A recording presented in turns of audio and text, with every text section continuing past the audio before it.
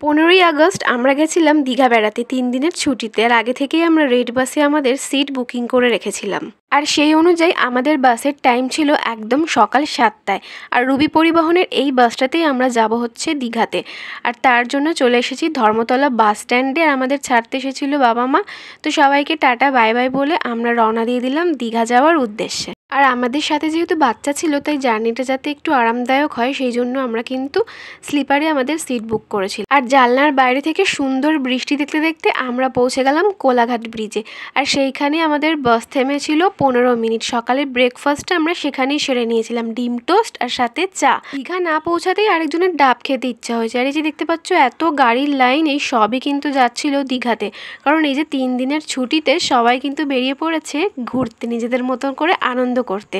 আর বুঝতেই পারছিলাম দীঘায় বেশ ভিড় হবে। তো ব্রেকফাস্ট সেরে আমরা উঠে পড়েছি আবার বাসে। আর জানলা দিয়ে প্রাকৃতিক সৌন্দর্য দেখতে দেখতে আমরা পৌঁছে গেলাম মন্দারমণিতে। আর আমরা কিন্তু অনলাইনে আগে থেকে আমাদের হোটেল বুক করে রেখেছিলাম, হোটেল এম প্লাজা।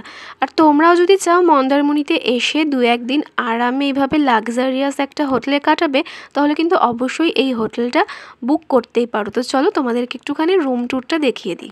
আমরা যেহেতু কটেজ বুক করেছিলাম তাই 3 জনের থাকার জন্য কিন্তু এটা ছিল বেশ বড় একটা কিং সাইজের বেড, টিভি, এসি।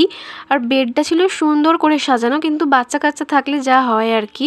আর তার সাথে ছিল 2টো চেয়ার, একটা সেন্টার টেবিল যেখানে বসে তোমরা ডিনার করতে পারবে। আর তোমাদের সাথে শেয়ার করব এই কটেজের মূল আকর্ষণ। মন্দারমণিতে গিয়ে কিন্তু তোমরা মালদ্বীপের ভাইবস নিতে পারবে। হ্যাঁ, কেন বলছি নিজেরাই দেখে নাও। ব্যালকনি থেকে কিন্তু তোমরা সুন্দর যেতে পারবে নিজেদের এই অ্যাটাচ পুলে। রাত্রিবেলা পুলে না নামতে চাইলে সিঁড়িতে কিন্তু বসে জলে পা ডুবিয়ে তোমরা সময় কাটাতে পারবে।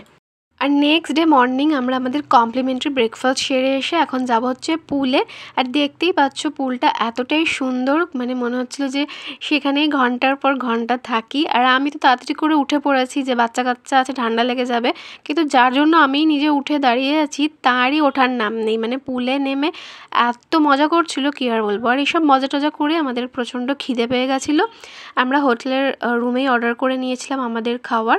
আর রাত্রিতের জন্য ছিল প্লেন রাইস, ডাল, মাছ ভাজা, আলু ভাজা। আর আমরা নিয়েছিলাম বাসন্তী পোলাও আর মটন।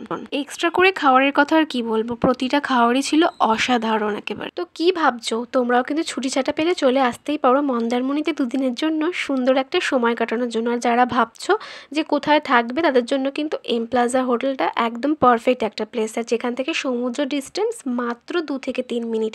তো চলো ব্লগটা এখানেই এন্ড করছি। ভালো লাগলে অবশ্যই লাইক, কমেন্ট, শেয়ার করে দিও। টাটা।